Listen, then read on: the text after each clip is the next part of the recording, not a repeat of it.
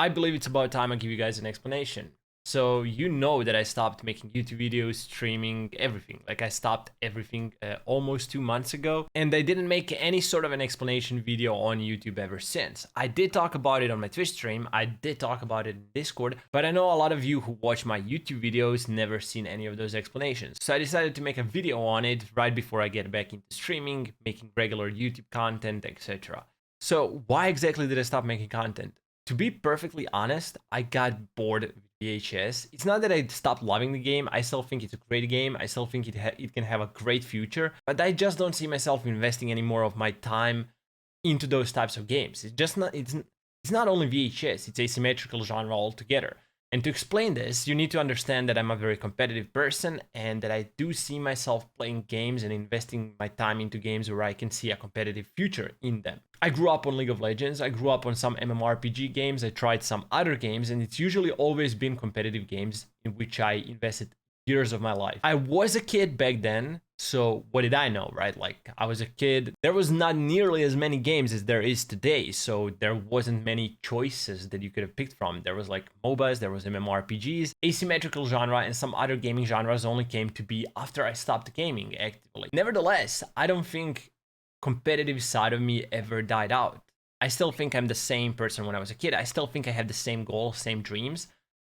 And I was hoping, honestly, I was hoping that VHS would be a game that could end up in esports. But I had to stop lying to myself because I don't think asymmetrical genre, like after playing asymmetrical games for almost 2.5 years now, I don't think that genre will ever be in esports. It's just not made for it, right? You have two very imbalanced sides. Like if you compare them to each other, they're never going to be fully balanced, and you can't simply put that into esports and, you know, hope that people are going to take it seriously. It's just never going to happen. So I stopped lying to myself, and yeah, I came back to one of my oldest dreams, and I just want to go into a game where I can be as competitive as possible and reach the highest ranks possible. That's always been a goal for me. And honestly, in the last 2 months, I've been thinking what that game should be. Like, I tried Valorant. That was my first FPS game ever, and I actually enjoyed it because it was competitive. There is bad sides to it, right? Obviously, same as with any other game. But in the end, I landed on League of Legends because it's been a game that I invested a lot of my childhood in. Like, I wouldn't say a lot, but like 2 years actively playing from season 3 to season 5. Actually started end of the season 2, stopped beginning of season 5. So 2 somewhat years. But the important thing is that I'm back on it, right? Like, I wanna go back into a game and do something impossible, something that seems impossible to a lot of people. I'm gonna be fully transparent. Yes, I'm gonna be only streaming and posting YouTube videos around League of Legends. I will be doing a challenge that I set up for myself. I wanted to do something nobody's ever done before on the stream, and that is go from zero to hero, from noob to pro in only one season in League of Legends. My highest rank ever was diamond, but that's when I was playing in season 5. First of all, the general skill level of players in the game has risen quite a bit, so I don't consider being a diamond in season 5 an accomplishment, especially because I haven't played actively ever since. Now it's like season 13. We're starting the season 13. I played every now and then, like I would install in season 7 for like 2 weeks, then season 9 for like a couple of weeks. I did play like earlier this year for a couple of weeks again, and I started playing again now, like 2.5 months ago. And I'm not gonna lie to you, I did already get back into the game quite a bit, and I managed to reach Platinum 3. That's my peak now. So I'm not really starting from zero. I do have a good starting point, but I still consider it a pretty low elo, especially because once the rank reset happens, like once I start playing again tomorrow, we're probably going to drop back to like low gold, maybe high silver.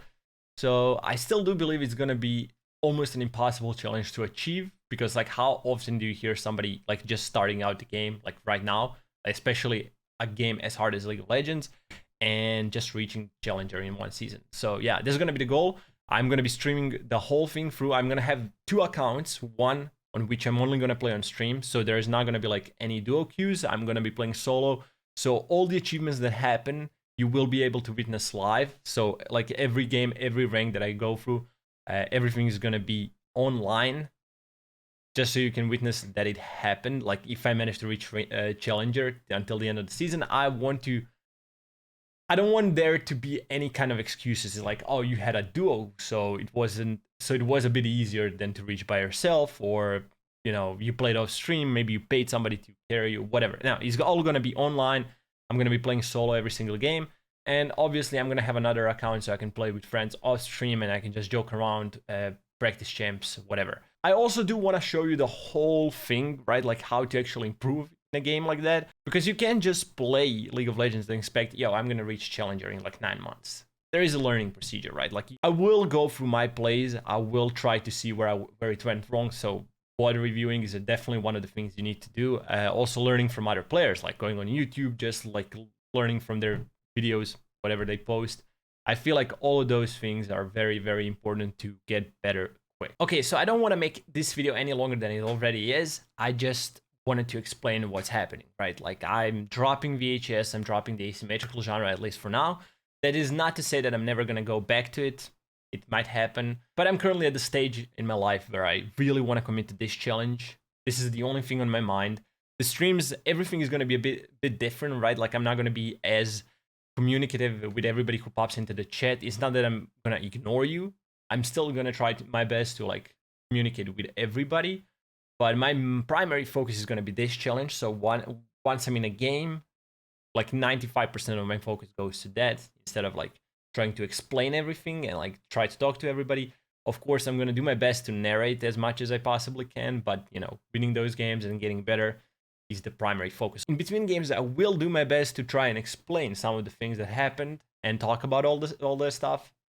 But yeah, I'm just not going to be putting too much pressure on myself to follow up on the chat. And I'm also going to go faceless. That is one of the bigger things that I wanted to mention. I will not be using my cam, at least in the beginning of this challenge, or maybe for a couple of months, maybe until the very end of the challenge, because like there is 2 issues that I have, which is this bothering light in my face, right? It just destroys your focus after like 30 minutes, right? So I don't want any of that, because sometimes I'm going to be streaming for hours upon hours and I need my focus. The second one is the camera, because like, you know how freaking awkward it is to just like be silent and like play the game and be like this without saying a word for like, I don't know, a minute. So when I'm faceless, I don't feel like I'm going to have that kind of pressure on myself. If at any given point during this challenge, maybe like weeks from now, I decide, yeah, I'm going to go back on camera. It's going to be set up right here. I'm just going to unplug everything so I don't have to deal with the cables, but it's going to be like a 5-minute setup. So if I ever need to use my camera, it's going to be right here. As for what's going to happen afterwards, after the challenge, I might decide to keep on playing League of Legends, especially if I don't finish the challenge.